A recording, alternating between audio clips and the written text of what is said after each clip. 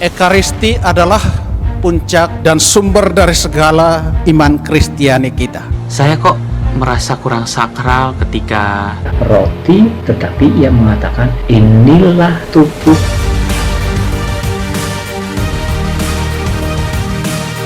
Edisi pelayan pembagi komuni atau PTK. Dengan masa pandemik ini maka ada orang Katolik yang sejak bulan Maret itu tidak pernah menerima komuni karena berbagai protokol kesehatan. Ini suatu keprihatinan. Maka gereja Keuskupan Agung Jakarta telah mengambil suatu kebijakan baru. Lihat konteksnya itu karena masa pandemik.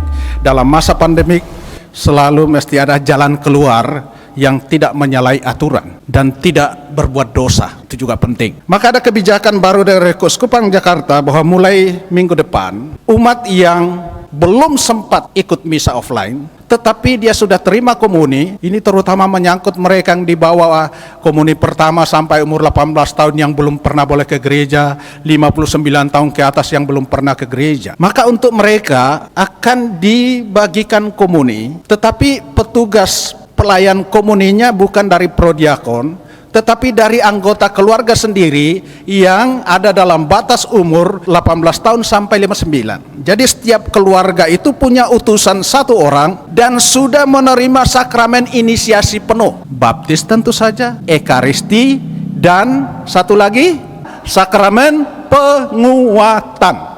Jadi mereka-mereka itulah yang akan datang ke gereja untuk mengambil sakramen Maha Kudus, namanya SMK, untuk dibawa ke dalam keluarganya untuk dibagikan di keluarga yang memenuhi syarat itu. Maka tentu perlu proses dan juga termasuk memahami betul aturannya.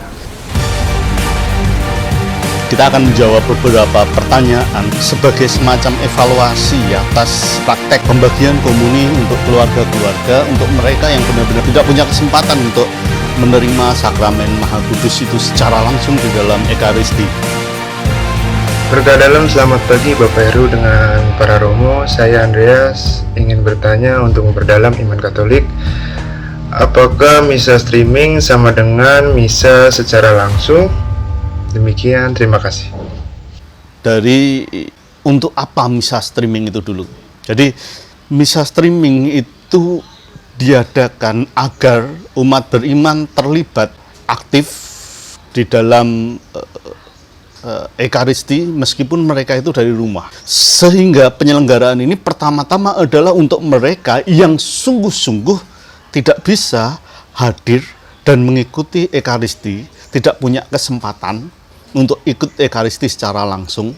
Dan dalam situasi semacam ini maka dimaklumi, bahasa moralnya adalah minus malum untuk mereka yang memang tidak bisa untuk ikut gabung secara langsung, misalnya karena sakit, karena usia yang sudah tua, atau karena usia yang belum cukup umur, tubuhnya belum terlalu imun untuk datang langsung ke gereja. Misalnya mereka yang usia-usia masih di bawah 16 tahun katakanlah, itu belum diizinkan untuk ikut datang ke gereja, maka kepada mereka lah ini tidak sama tetapi paling baik untuk diambil. Beda halnya dengan mereka yang ada kesempatan dan punya kesempatan untuk datang ke gereja, maka pastikan bahwa kalau punya kesempatan untuk datang langsung ke gereja, datanglah langsung ke gereja dan misa langsung ke gereja, karena bobotnya dalam hal ini menjadi tidak sama. Misa online, misa streaming bukanlah misa yang sesungguhnya bagi mereka yang bisa datang, jadi tidak menggantikan misa online itu.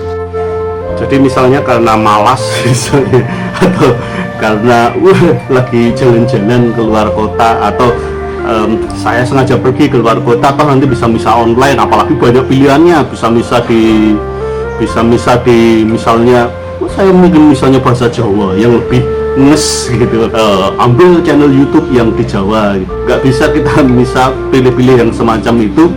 Kalau ada kesempatan untuk datang secara langsung, silahkan datang untuk misa secara langsung karena bobotnya menjadi tidak sama. Berbeda halnya dengan mereka yang karena usia, karena kesehatan dan lain-lain tidak bisa ikut misa secara langsung, baru kemudian langkah ini diambil lebih baik untuk misa streaming daripada tidak sama sekali. bisa diambil dan itu jalan terbaik kalau memang tidak bisa ke gereja, tetapi akan menjadi lebih baik ketika teman-teman punya kesempatan datang ke gereja, datanglah ke gereja.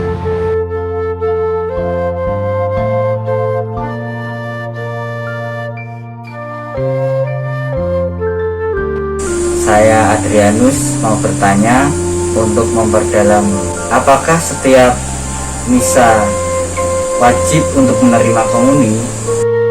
Komuni sebaiknya diterima dalam situasi yang berahmat, sehingga kesadaran bahwa saya siap untuk terima komuni, terimalah komuni. Ya. Kalau masalah kewajiban, kita mengatasi situasi wajib dan tidak wajib, tapi sadar dan tidak sadar bahwa saya pantas dan layak untuk terima komuni. Dalam situasi yang semacam itu, saya misalnya datang setiap hari Minggu. Ketika tidak merasa layak untuk terima komuni, boleh saja untuk tidak terima komuni dalam situasi yang tidak berahmat itu, dan saya menyadari itu. Tapi dalam situasi yang berahmat, wajib saya untuk terima komuni. Kenapa? Karena disitulah bekal saya untuk menjalani hidup sehari-hari. Karena dalam komuni itu Tuhan sungguh hadir dan menyatu dengan diri saya, sehingga saya akan bersama Tuhan dalam menjalani hidup sehari-hari. Ya. Jadi jangan dalam situasi berdosa, saya yang penting terima komuni. Kalau hanya kata-kata yang penting itu agak susah. Yang penting adalah dalam situasi yang berahmat itu, dalam situasi di mana saya sungguh layak dan siap untuk terima. Tapi kan nggak mungkin saya layak 100%. Nah, dalam situasi yang semacam itu, kemudian maka menjadi penting juga sebenarnya pengakuan dosa, datang ke Bapak pengakuan agar saya minimal menjadi pantas, memantaskan diri untuk menjadi layak terima komuni, gitu ya.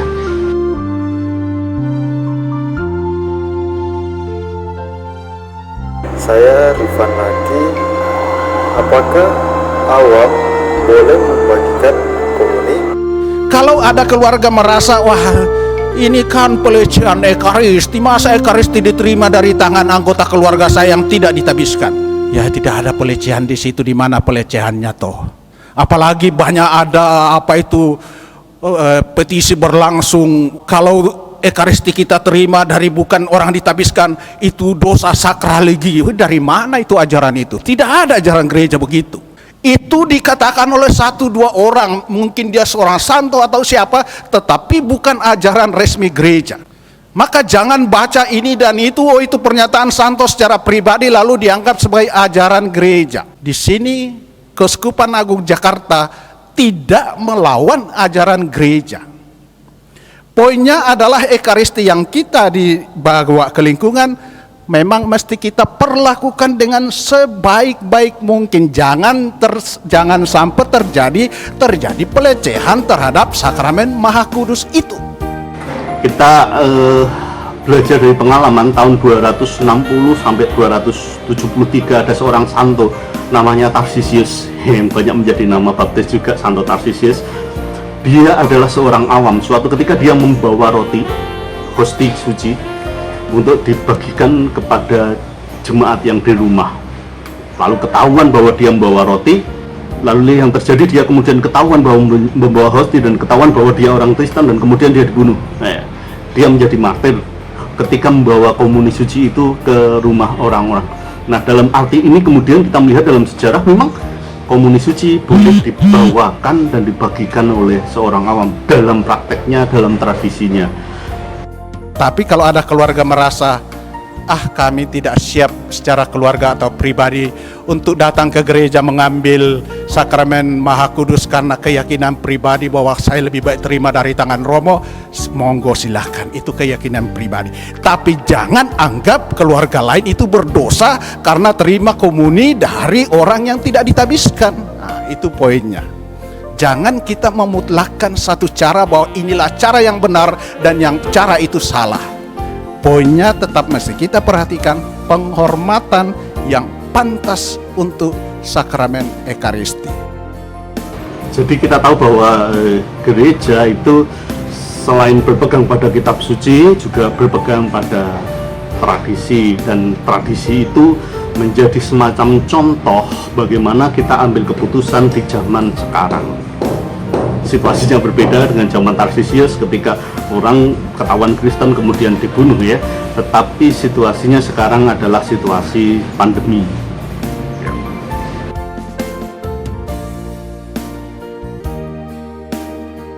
Nama saya Brian, saya ingin bertanya, apa sih yang dimaksud dengan dosa sakrilegi, Pak? Sakrilegi itu dosa terhadap kekudusan. Dosa terhadap kekudusan. Misalnya kekerasan fisik terhadap paus, kekerasan fisik terhadap pastor gitu ya. Ketika merayakan Ekaristi tiba-tiba diserang, itu kalau yang menyerang orang Katolik maka itu adalah dosa sakrilegi. Sakramen Maha Kudus juga gitu. Ketika kita memperlakukan sakramen dengan tidak semestinya, apalagi untuk tujuan-tujuan yang tidak baik, itu sakrilegi. Misalnya dibawa ke rumah untuk kemudian dibagi bersama-sama dengan mereka, ini sakramen Maha Kudus rasanya cuma kayak gini nih gitu ya, misalnya kepada mereka yang nggak pernah menerimanya supaya pernah merasakan gitu. Itu sakrilegi ya. Sakrilegi itu kalau dilakukan maka dia kehilangan hak dan kewajibannya secara otomatis sebagai orang Katolik ya, karena dia mungkin mempercayai atau dia bahkan tidak mempercayai hosti sebagai tubuh dan darah Tuhan lalu diperlakukan dengan tidak hormat ya. Atau dia tidak mempercayai maka dia membuat itu sebagai mainan, maka dia sudah kehilangan secara late sentensi hak dan kewajibannya. Late sentensi itu otomatis tanpa harus diputuskan oleh pihak yang berwenang, dia sudah tidak Katolik lagi. Saya Ben. Pertanyaannya, saya kok merasa kurang sakral ketika saya membagikan dan menerima komuni di rumah, apalagi komuni tersebut dia bawa pulang dan disantap sendiri. Bagaimana jika saya menyantap komuni tersebut ketika nanti saya sudah sampai di gereja dan pada saat penerimaan komuni? Bahwa kita merasa nggak sakral ketika sendirian terima, dan apalagi kalau sendirian ya, mau menyantap komuni, tapi itu langkah terbaik ya, langkah terbaik. Maka saatnya kita mendisposisikan diri supaya hormat, supaya kita itu gini, membangun suasana doa, membangun suasana yang sepantas-pantasnya saya menghadap Tuhan. Lalu komuni juga ketika membagi komuni, membangun suasana sepantas-pantasnya ya, membangun suasana doa. Bagaimanapun juga inilah jalan yang terbaik. Kalau keputusan TGKP saat ini memang belum boleh menerima langsung tanpa ada persiapan yang matang. Justru di sini adalah memberi kesempatan untuk membangun doa ya, membangun suasana doanya agar kita menerimanya itu benar-benar siap. Bayangkan saya datang ke gereja, datang doang terus kemudian maju ke depan terima komuninya gitu ya, langsung dari prodiakon. Rasanya malah kurang dalam hal membangun doa ini. Saya Vian, bagaimana jika ternyata komuni yang dibawa ke rumah-rumah atau keluarga ternyata kurang jumlahnya atau tidak cukup untuk satu keluarga yang terdaftar untuk menerima? Vian dan saudara-saudari yang terkasih, salam sehat. Kita semua tahu bahwa setelah roti dan anggur dikonsakrir dalam perayaan Ekaristi, secara substansial keduanya bukan lagi berupa roti dan anggur, tetapi menjadi tubuh dan darah Kristus. Jadi hakikat atau intinya mengalami perubahan meskipun tampilan empirisnya tidak berubah. Mari kita ingat dalam perjamuan malam terakhir ketika Yesus mengatakan, inilah tubuhku, apa yang ia pegang adalah roti. Jadi yang dia pegang adalah roti, tetapi ia mengatakan inilah tubuh. Demikian pula dengan anggur, yang dia pegang adalah piala atau anggur, tetapi ia mengatakan inilah darahku. Sebagai orang Katolik kita meyakini bahwa substansi roti dan anggur itu diubah menjadi substansi tubuh dan darahnya, darah Yesus, sesuai dengan yang dikatakan oleh Yesus sendiri. Dengan kata lain, roti dan anggur tersebut sebenarnya adalah tubuhnya sendiri yang diberikan kepada para murid. Substansi tubuh dan darah Kristus yang ada pada roti dan anggur itu tetap ada sampai pada partikel terkecil dari roti dan anggur yang sudah dikonsagrir. Jadi, meskipun hanya berupa potongan atau bahkan remah-remah dari hosti atau tetesan dari anggur yang sudah dikonsagrir, substansinya adalah tubuh dan darah Kristus seutuhnya. Maka menjawab pertanyaan Vian, yaitu bagaimana jika hosti yang dibawa oleh petugas PPK ke rumah jumlahnya kurang? Jawabannya sederhana. Hosti yang dibawa tinggal dipecah atau dipotek sesuai dengan jumlah umat yang akan menerima komuni di rumah itu. Maka mereka yang menerima pecahan atau hosti yang tidak utuh itu tidak perlu khawatir, tidak perlu merasa ragu, tidak perlu merasa tidak puas, karena secara substansial mereka yang menerima pecahan hosti itu maupun mereka yang menerima hosti yang utuh bulat, mereka sama-sama menerima tubuh dan darah Kristus secara utuh. Perkenalkan, nama saya Bima, ingin bertanya bagaimana jika hosti yang dibawa ke rumah itu ternyata berlebihan? Apakah disimpan saja di dalam rumah atau dikembalikan ke dalam gereja? Kalau ada kelebihan, silahkan untuk disantap sesegera mungkin ya. Sama hakikatnya sama, kita menyantap 1 atau kita menyantap 10 atau kita menyantap secuil itu sama sebagai tubuh Kristus yang kita terima. Saya Natasha ingin bertanya, bagaimana kalau ada remah-remah hosti yang tertinggal dalam piksis ya? Kan itu sakramen Maha Kudus juga, apakah harus langsung dicuci? Ya, remah-remah itu memang kalau masih ada wujudnya diambil langsung disantap ya, diambil langsung disantap kalau masih ada wujudnya ya yang bisa diambil. Kalau sudah tidak terambil, maka kita mencucinya pun mencuci dalam suasana doa bahwa ini semoga saya terhindar dari dosa sakrilegi, dan bukan niat saya untuk membuat dosa sakrilegi, saya cuci gitu ya, karena mungkin tidak sengaja, segala sesuatu yang tidak sengaja itu. Tapi kalau masih kelihatan, ambillah remah-remahnya ya untuk disantap.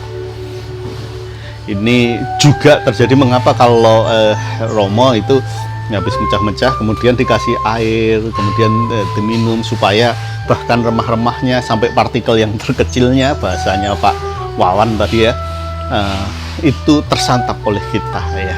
Jadi kalau masih berwujud dan itu kelihatan, itu langsung diambil ya, didulit-dulit gitu, terus kemudian dimakan ya, kemudian disantap.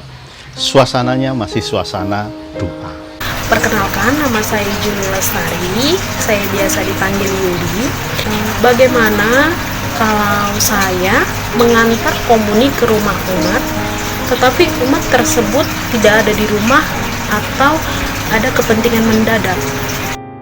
Ya, kalau ada yang punya kepentingan mendadak, semestinya dia memberitahu bahwa saya ada kepentingan dan kemudian dibatalkan untuk terima komuninya ya. Tapi kalau sudah terlanjur bagaimana? Kalau sudah terlanjur, beberapa pilihan, apakah dia masih akan tetap terima komuni, pulangnya jam berapa, kemudian dibawa pulang dulu, kemudian disimpan dalam hari itu supaya tidak menginap ya. Nyalakan lilin di atasnya bahwa itu sebagai tanda komuni Maha Kudus ada. Pilihan kedua adalah atau dibawa pulang, lalu ngomong kepada orangnya bahwa sudah dibawa pulang supaya kemudian kita santap juga ya. Jangan sampai tersimpan di rumah, apalagi sampai menginap ya. Memang langkah yang kedua ini jauh lebih bijaksana. Daripada yang pertama tadi, kita simpan dahulu, kemudian karena di sini rawan terjadi perlakuan-perlakuan yang tidak semestinya. Karena untuk menyimpan di rumah, kemudian kita juga menyimpannya dengan hormat ya, dengan hormat. Dinyalakan lilin dalam situasi yang hening dan tenang gitu. Jangan sampai terus kemudian bayangkan dibawa ke rumah, terus kemudian digeletakkan di depan TV, kemudian anak-anak nonton TV atau siapa nonton TV gitu ya di situ gitu, atau ngobrol seenaknya, itu agak-agak susah. Maka sebaiknya begitu sampai rumah langsung disantap lebihnya yang tadi itu untuk dia, kemudian baru kemudian dilaporkan bahwa yang bersangkutan tidak terima komuni kepada TGKP Tim Gugus Kendani Paroki.